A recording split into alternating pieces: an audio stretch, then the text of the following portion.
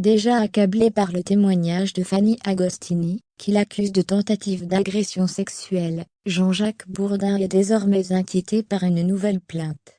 D'après les informations du Parisien, les faits reprochés au célèbre animateur radio remonteraient à une trentaine d'années.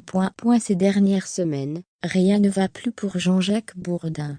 Le célèbre animateur radio de 72 ans, star de RMC et BFM TV, est accusé de tentative d'agression sexuelle. Nous apprenions récemment que c'est Fanny Agostini, ancienne présentatrice météo du même groupe que lui et ex-animatrice de Thalassa, qui est à l'origine de la plainte.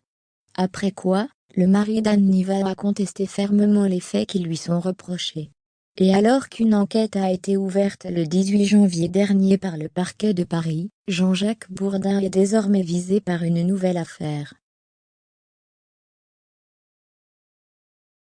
En effet, nos confrères du Parisien viennent de révéler qu'une femme de 61 ans avait déposé plainte au commissariat du 16e arrondissement de Paris, dans la journée de mercredi 16 février. Elle l'accuse d'agression sexuelle, de harcèlement et d'exhibition sexuelle. Des agissements aujourd'hui prescrits datant de 1988, soit il y a 36 ans. Surnommée Marie par le Parisien, pour préserver sa véritable identité, elle a raconté aux policiers avoir rencontré Jean-Jacques Bourdin à cette époque lorsqu'elle travaillait en tant que standardiste dans une entreprise de communication de Neuilly-Plaisance. Le journaliste y donnait des cours de media training.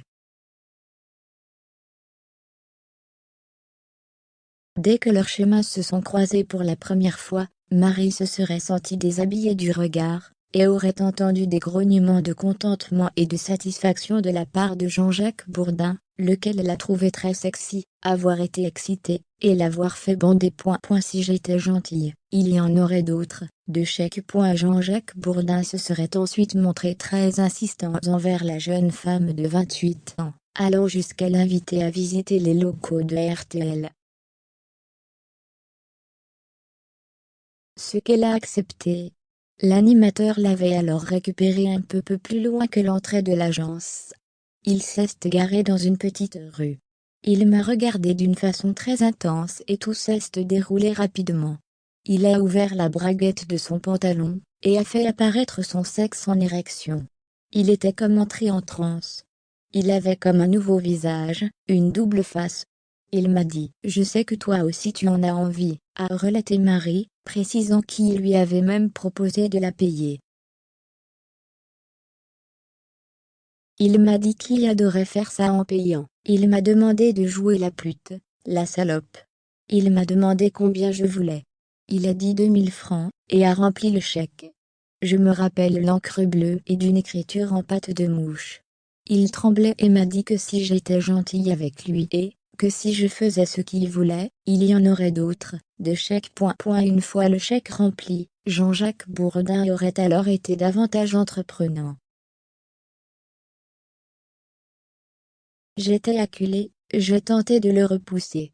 Il a attrapé ma main gauche avec sa main droite, et l'a dirigée vers son sexe toujours en érection. Je ne sais pas si je touchais son sexe, ou si je l'ai juste effleuré, j'étais apeurée et je cherchais une échappatoire. Alors que je sortais, je l'ai entendu dire d'une voix en colère « Tu m'as bien excitée petite pute. » Après cet épisode traumatisant, Marie s'est murée dans le silence, craignant d'être licenciée. Même lorsqu'elle était amenée à recroiser Jean-Jacques Bourdin. Après les rendez-vous, il passait par les toilettes qui étaient en face du standard, il coinçait la porte avec son pied, et se masturbait en me regardant. Je faisais mine de ne pas le voir, a-t-elle encore témoigné. Aujourd'hui, Marie libère sa parole et souhaite que justice soit faite, et que d'autres femmes trouvent ce même courage.